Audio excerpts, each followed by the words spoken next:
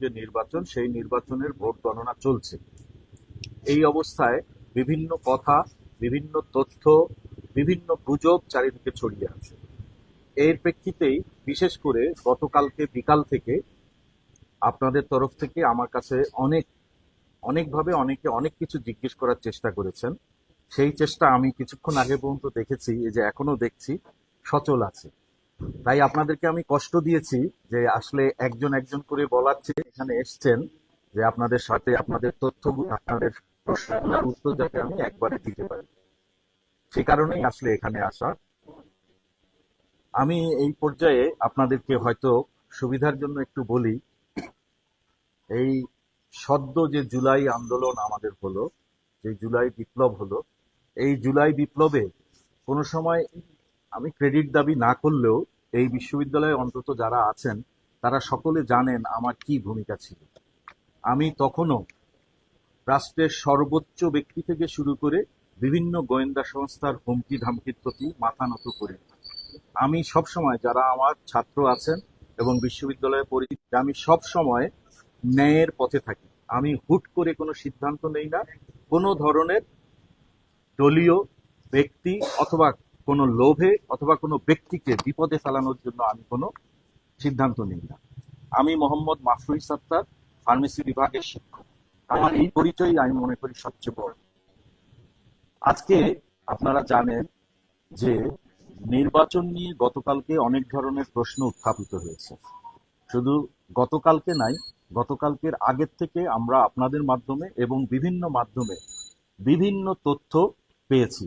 সেই তথ্যগুলোকে আমি সবসময় মনে করেছি, এই পর্যন্ত আমি মনে করেছি যে একজন শিক্ষক হিসাবে, একজন নির্বাচন কমিশনার হিসাবে নির্বাচন কমিশনে আমার মতামতটা তুলে ধরে নির্বাচন কমিশনকে এই বিষয়ে সঠিক পদক্ষেপ নিতে সাহায্য করা।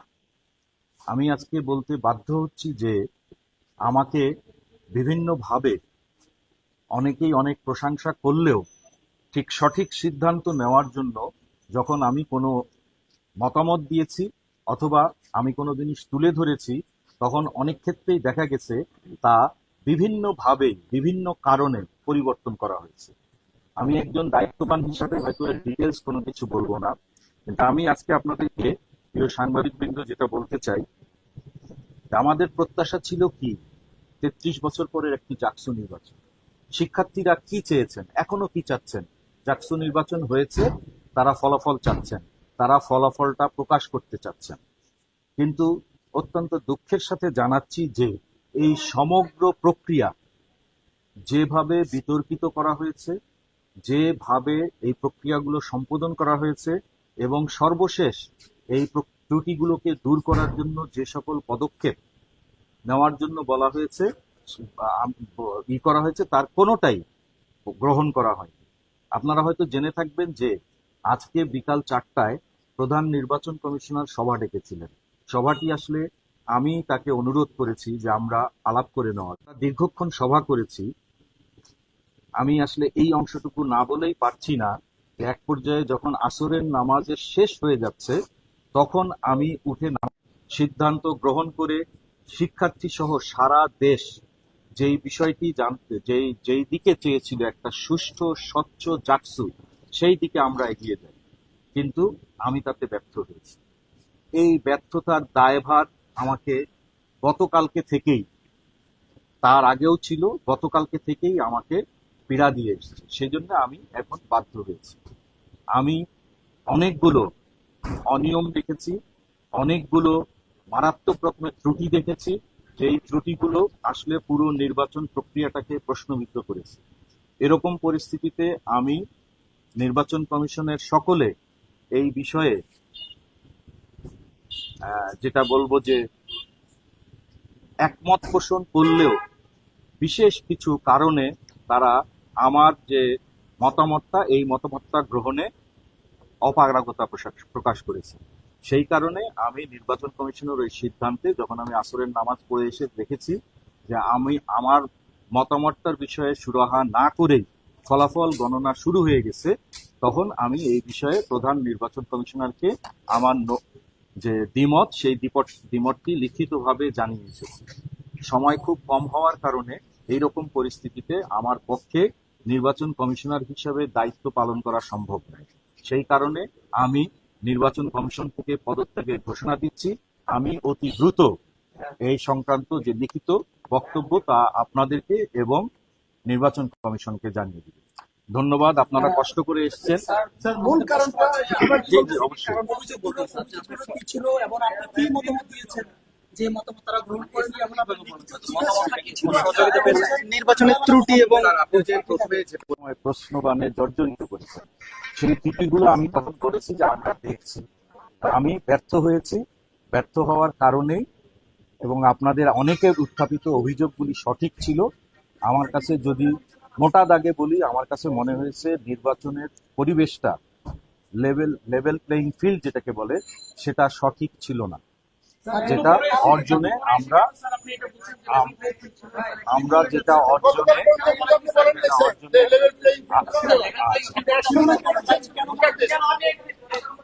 আচ্ছা যদি আমাকে বলতে দেন আর কি একটু।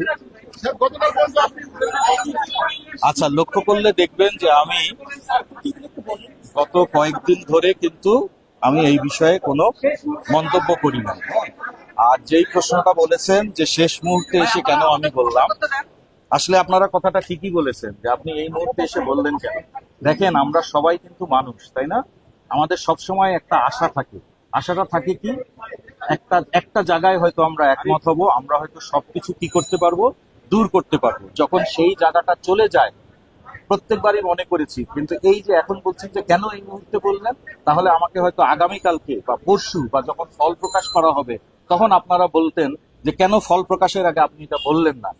আমি মনে করি যে আমি হয়তো দেরি করেছি, সেই দোষ আমার, কিন্তু আমি মনে করছি যে it is better to be late then never.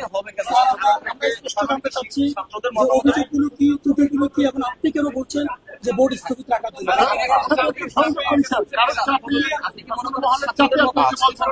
এইবার একটা খুব সুন্দর প্রশ্ন আসছে, তার আগে আমি ওনার প্রশ্নটার উত্তর দিয়ে দিই।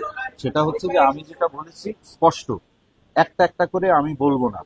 আমি ভবিষ্যতে যখন সময় সুযোগ হবে তখন এই সবগুলো নিয়েই হয়তো আপনাদেরকে জানাবো, কিন্তু আমি এক লাইনে যেই আমার কথাটা, সেটা হচ্ছে সাধারণভাবে মানুষ একটা নির্বাচনের স্বচ্ছতা, গ্রহণযোগ্যতা এবং সব দিক থেকে ত্রুটিমুক্ত যেই জায়গাটায় দেখে সেখানে উই ফেল। আচ্ছা, উনি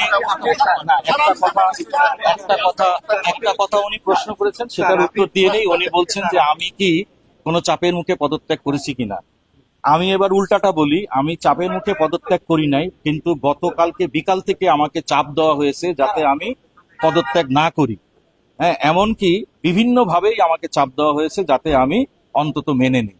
কিন্তু আমি প্রথমেই বলেছি যে আমি কখনো কাউকে ভয় করি নাই, এখনো ভয় করব না। ঠিক আছে, আমার কাছে যেটা সঠিক মনে হয়েছে আমি সেই সিদ্ধান্ত।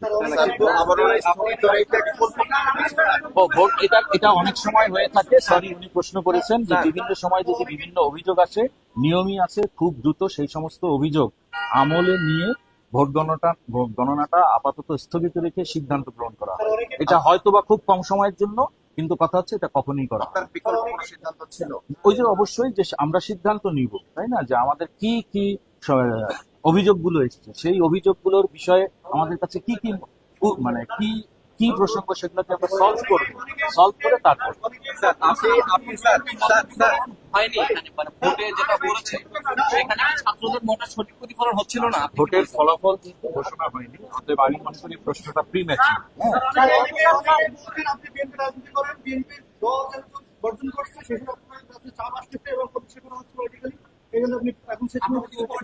আচ্ছা, প্রথম কথা হচ্ছে যে আমি বিএনপি করি না। হ্যাঁ, এটা আসলে বাংলাদেশে প্রচলিত একটা ভাষা। আমি অবশ্যই বাংলাদেশের একজন স্বাধীন নাগরিক হিসাবে এবং বিশ্ববিদ্যালয়ে যেই ধরনের আছে তাতে একটি আদর্শে বিশ্বাস করি, সেই আদর্শের সংগঠনের সাথে আমি যুক্ত আছি। কিন্তু আমি আপনাকে আবারও নিশ্চিত করি, আমি মাফরুজ সত্তার, আপনারা যারা চিনেন তারা দেখেছেন, কোনো সময় এমনকি আমার ছেলে হোক, আমার সন্তান হোক, আমার ভাই হোক, বোন হোক, বাবা হোক, কারো কথায় নতি স্বীকার করা, কারো কথায় কোনো কাজ করার মানুষ আমি নই। ধন্যবাদ। আমি বোধহয় আপনার প্রশ্নের উত্তরটা একটু আগে দিয়ে দিয়েছি। জি, নির্বাচন পরিদর্শনে এক সেখানে 2 জন পুলিশ শিক্ষক এবং একজন নারী অলিখিতভাবে এবং বৈধভাবে সেখানে প্রবেশ করে এবং একজন ভোটারের পক্ষে গিয়ে তার ভোটারের যে গোপনীয়তা আছে সেটি ভঙ্গ করে। ওখানে অনেক সাংবাদিক প্রবেশ করে, যেটা আসলে ওই নির্বাচনী আসনগুলো আসলে যায় না। তো আপনি স্যার সেখানে নির্বাচন স্থগিত ছিল, আপনি নির্বাচন কমিশনার হিসেবে সেখানে আসলে কি ব্যবস্থা নিয়েছিলেন? আপনি ওই যে একটু আগে প্রশ্ন করছিল না যে আপনি কি কি অনিয়মের কথা বলছেন, তা আমার মনে হয় আপনি একটা কথা বলে দিয়েছেন, ঠিক আছে।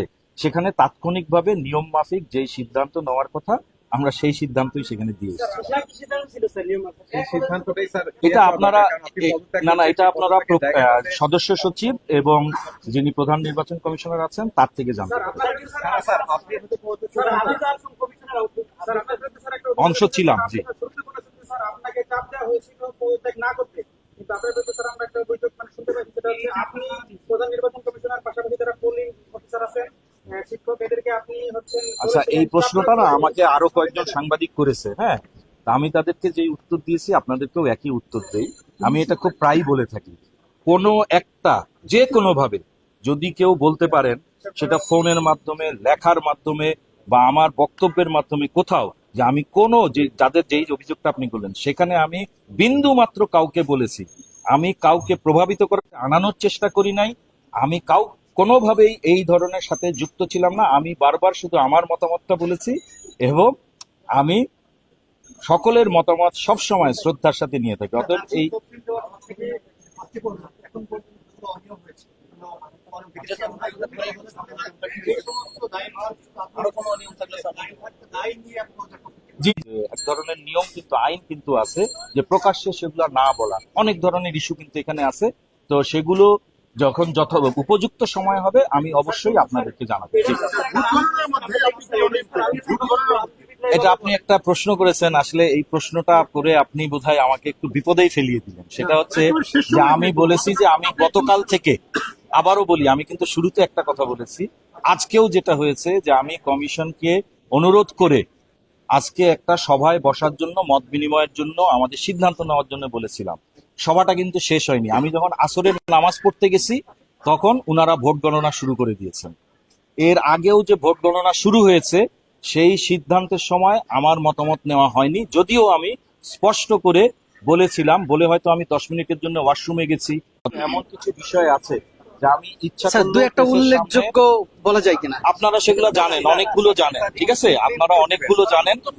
আমি শুধু একটা কথা বলি, খুব বড় না করে, যদি আমি নিজে এমন একটা জায়গায় মিথ্যা তথ্য দিয়ে নির্বাচনকে প্রভাবিত করার চেষ্টা করি, যেই জায়গাটা বাংলাদেশের সর্বোচ্চ, তবে আমি কি মনে করব? স্যার আমরা যদি আমি যদি এমন একটা জায়গায় থাকি যেখান থেকে আমি একজন স্টুডেন্টশিপ নাই, যেখানে ক্লোজে কনস্টিটিউশনে স্পষ্ট করে বলা আছে, এবং আমি যদি সেটাকে সমর্থন করি, তাহলে আসলে আমার পদে থাকার নৈতিক অধিকার থাকে কিনা, বা আমি নিজেকে নৈতিক দাবি করতে পারি কিনা? বুঝতে পারি নাই, আর একবার আমি বলবেন? যদি কোনো কনস্টিটিউশনে বলা থাকে যে কারো স্টুডেন্টশিপ না থাকলে আমি তাকে ভোটার হতে দেবো না, তাহলে আমি যদি তাকে সেই সুযোগ দিই এবং দেওয়ার পরে এটি অবৈধ এবং অনৈধ সুযোগ দিই, তাহলে সেই সুযোগের পক্ষে স্যার আমি আচ্ছা, আমি আপনার প্রশ্নটা বোধহয় পরে, মানে আপনি যখন নির্বাচন কমিশনে ছিলেন, এই যে দাবি বাছাই হয় না, আপনি তো এর প্রতি তৎক্ষণাৎই পদত্যাগ করার কথা ছিল যে একটা অবৈধভাবে একটা শিক্ষার্থীকে অনৈতিকভাবে সুবিধা দেওয়া হচ্ছে, আপনি সেটা না করে স্যার আপনি পরবর্তীতে পেয়েছেন। আমার মনে হয় যে সিদ্ধান্ত গ্রহণের প্রক্রিয়ায় কিছুক্ষণ আগে আমি উত্তর দিয়েছি, হ্যাঁ।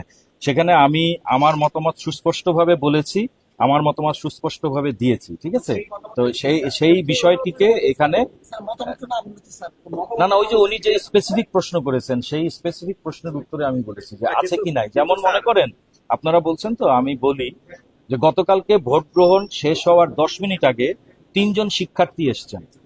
3 জন শিক্ষার্থী এসে কি বলেছেন, যে তারা এক হলে সবকিছু করছেন, তারা সেই হলে থাকছেন। কি হয়েছিল, আগে উনি আরেকটা হলে ছিলেন, সেই হলে উনার থেকে তাকে পরিবর্তন করে নতুন হলে নেওয়া হয়েছে। 10 মিনিট আগে উনি যখন ভোট দিতে গেছেন, হয়তো আরেকটু আগে, কিন্তু আমি বলছি যে কমিশনে